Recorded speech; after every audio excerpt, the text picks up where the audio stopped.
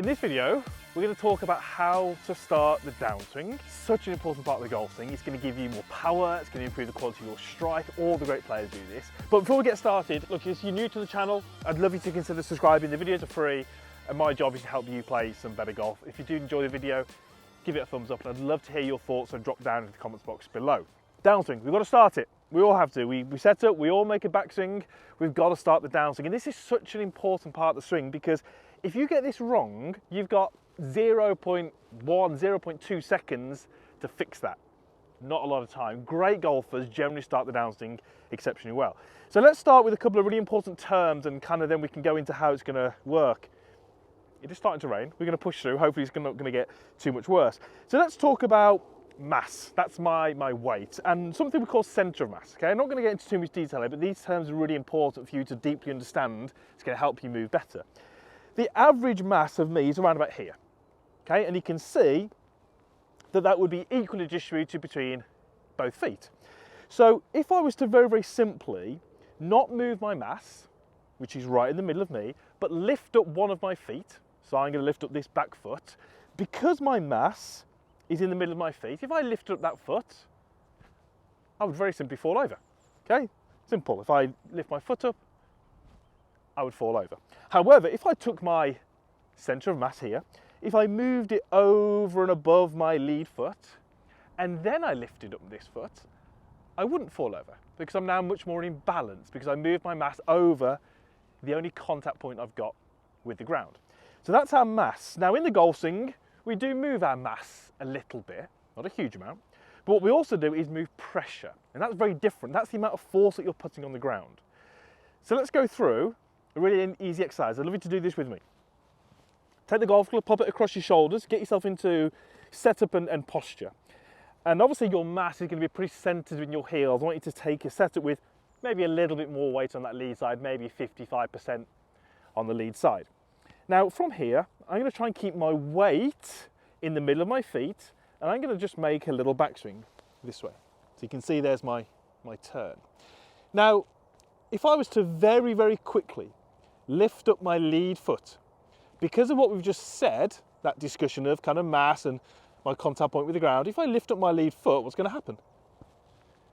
Well, I'm going to fall forwards. My body is going to move in which direction? It's going to move towards the target, but it's also going to move slightly down because I'm falling towards the ground. So this will be the direction that my body is moving in. Now, when we look at great players, which direction do they move as they start the downswing? Well, exactly that. They move towards the target and down towards the ground. So what are they doing in transition?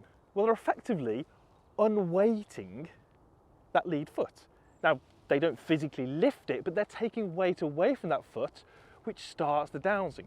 So I would love you to start the downswing because of a sequence of events. Keeping your mass centered and taking weight away from your lead side.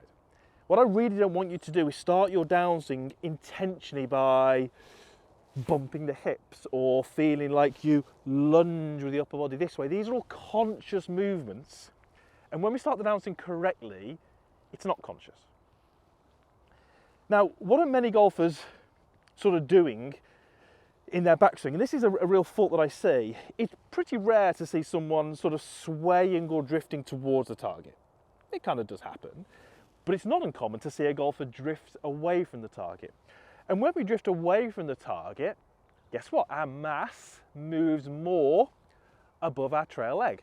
So when I do that, if I drift away from the target, I should say, and I get to the top and I search for that feeling that so many golfers are searching for, weight on my back leg, because that's what maybe you've been told in the past. Watch what happens when I lift up my lead foot. Nothing.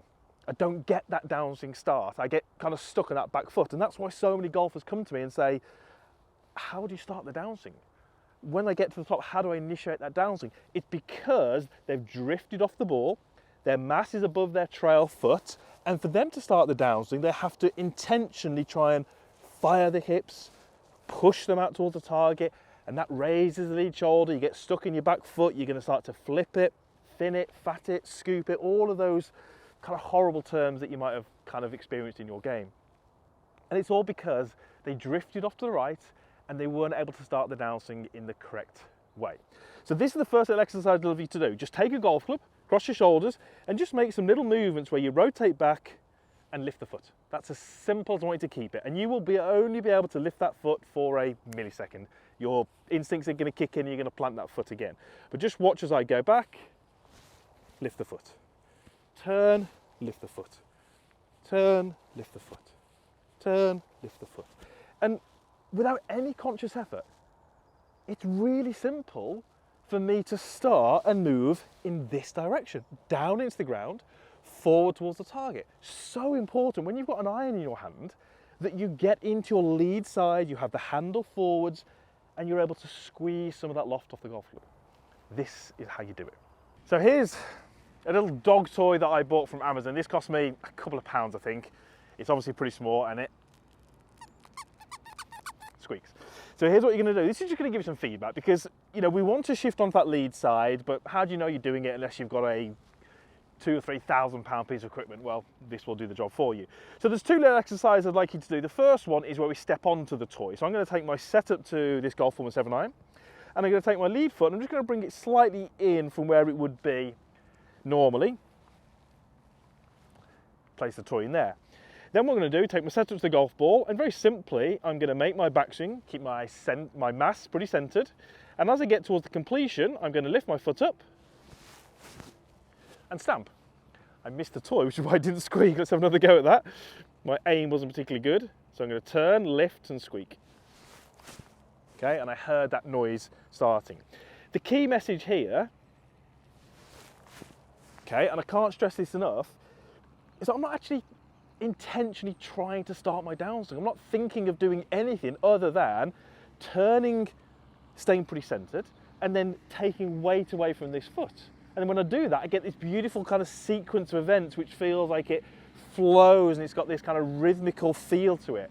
And I'm into that lead side really, really early. One of the big differences between amateurs and pros, or really good players and poorer players, is when they get to the lead side. The majority of amateurs, when they hit an iron shot, will finish with the weight on the left. But they're getting there, you know, far too late. Great players get there early. So that's the first little exercise. Then what you can do is actually just kind of stand on the toy and put it under my heel, but I'm just raising my foot off the ground a little bit. Okay, and all I'm going to do now is do the same little exercise.